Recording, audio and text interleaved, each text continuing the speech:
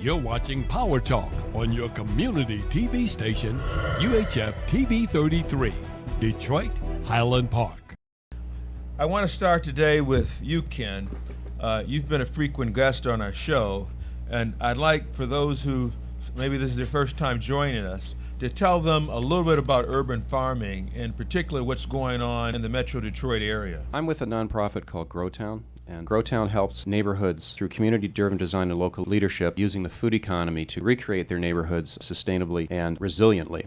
And one of the main parts of this food economy is growing food right within the neighborhood. And so John Wisniewski is here from the Penrose neighborhood of 7 Mile and Woodward. And all the food that you see here in front, the congressman visited the kids' garden yesterday. There's a large 100 by 40 garden that the kids built this year starting at Labor Day.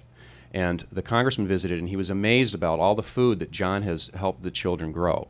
And John is an urban farmer.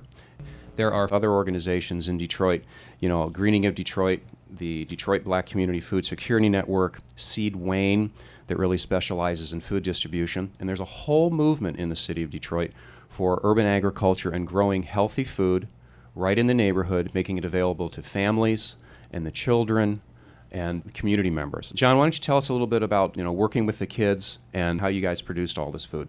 We started back in May with just an empty lot, and GrowTown was instrumental in helping us get it cleared out. We brought in compost. The kids helped to build the beds in which we grew everything, and kind of started with them right from the seed, and taught them how to plant seeds in the flats. They watched them grow. They watered them. We taught them how to plant these items in the ground, water them, keep them weeded, teaching them techniques to keep the weeds down and help preserve moisture in the soil so that we can, preserve water. And it's been a great experience because a lot of the kids have never eaten sunflower seeds directly from a sunflower head.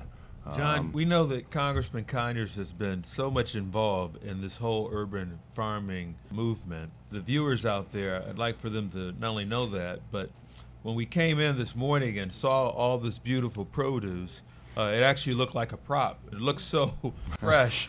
It's hard to believe that this is actually being grown in urban setting as opposed to a rural area. Could you tell us a little bit about what's here right now? Yeah.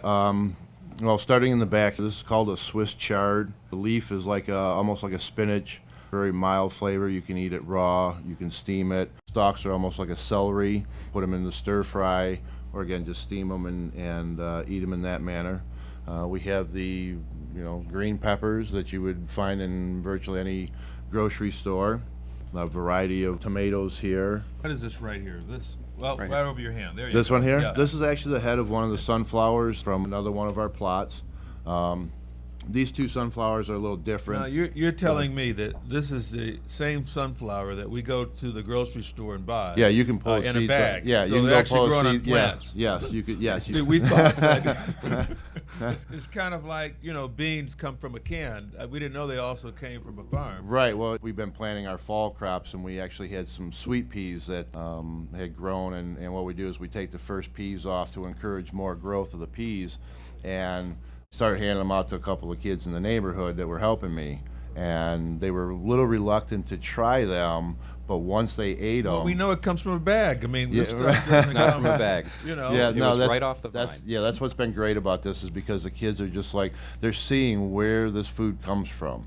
I mean, it's That's phenomenal amazing. just to watch their faces, to show them, to pull potatoes out of the ground. Let's see those. They thought potatoes were only French fries. Yeah.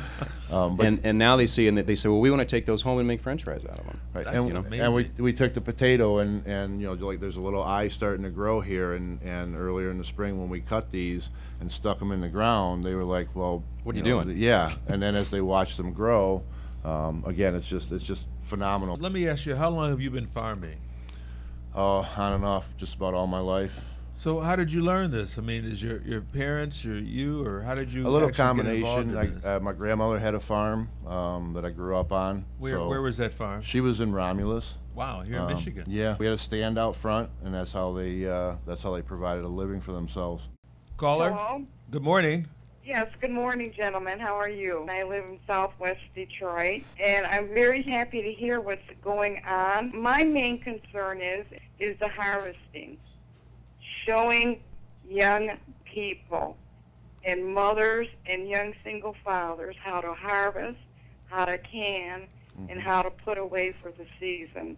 Part of the vision that I have is, yes, to cover the whole array from the seed to the table. When I was younger, canning was huge for us. Freezing corns and beans and making preserves were incredibly important to make us through the winter.